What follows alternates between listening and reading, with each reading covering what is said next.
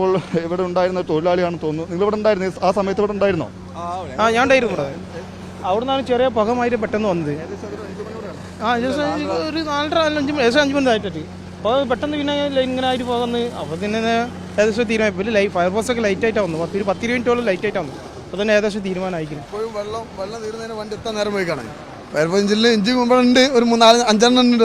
പക്ഷെ ആ 5 എണ്ണത്തിന് വെള്ളം തീരുമ്പോഴേക്ക് വേറെ വണ്ടി എത്തുന്നില്ല. ഈ വണ്ടി പോയിട്ട് വേണം വെള്ളം എടുത്തു വരാൻ. അപ്പോഴേക്കും ഇവിടെ വീണ്ടും കത്താണ്. ഇനി അടുത്ത ബിൽഡിങ്ങിലേക്ക് പോയി കഴിഞ്ഞാൽ വെച്ചാൽ കൂടുതൽ ഭക്ഷണത്തിലേക്ക് പോവുള്ളൂ. ഈ സെക്ഷൻ മൊത്തം സ്കൂൾ യൂണിഫോമിന്റെ സെക്ഷനാണ്, സ്കൂൾ യൂണിഫോം. അപ്പം കണ്ടമാനം ലോഡ് ചെയ്ത് വെച്ചാണ് സ്കൂളിന് വേണ്ടിയിട്ട്. അപ്പോൾ അവരെ റീറ്റെയിൽ സെക്ഷനാണ് അപ്പുറത്തുള്ളത്. ഫസ്റ്റ് തൊട്ട് അവിടെ നിന്നാണ് സ്റ്റാർട്ടിങ് ചെയ്ത്. അടി ഇതിലേക്ക് മൊത്തം യൂണിഫോം സെക്ഷനാണ്. അപ്പോൾ എല്ലാ കേരളത്തിലും മിക്ക സ്കൂളിലേക്കും യൂണിഫോം കൊടുക്കുന്ന സപ്ലൈ ചെയ്യുന്ന ഇവരാണ്. അപ്പോൾ അതിന് മൊത്തം കോടിക്കണക്കിന് റുപ്യ സാധനം ലോഡ് ചെയ്ത് വെച്ചിട്ടുണ്ട്.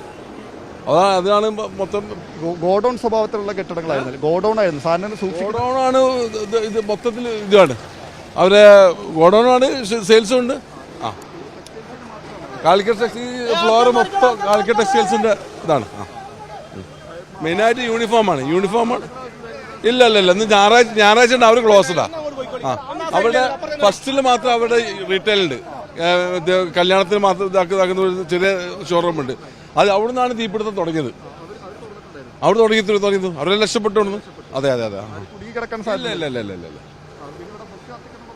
അല്ല അങ്ങനെ അതൊക്കെ പെട്ടെന്ന് ഇതാക്കിയല്ലേ. പിന്നെ ആ സൈഡിൽ 2-3 ബൈക്കുകളൊക്കെ കത്തിയിട്ടുണ്ട്. ബാക്കിയുണ്ട് അവിടേക്ക്. കുറെ ഞങ്ങൾ വോട്ടർമാർ കഴിച്ചിലാക്കി നോക്കി. പക്ഷേ ആൻലോക്കുള്ള കുറെ ഇതുണ്ട്, അതൊന്നും ഇതാക്കാൻ കഴിഞ്ഞില്ല. കൂടുതലും തൊഴിലാളികൾ ഉണ്ടായിരുന്നത്. ഈ ഫസ്റ്റ് സംബന്ധിച്ച് തൊഴിലാളികൾ ഉണ്ടായിരുന്നു.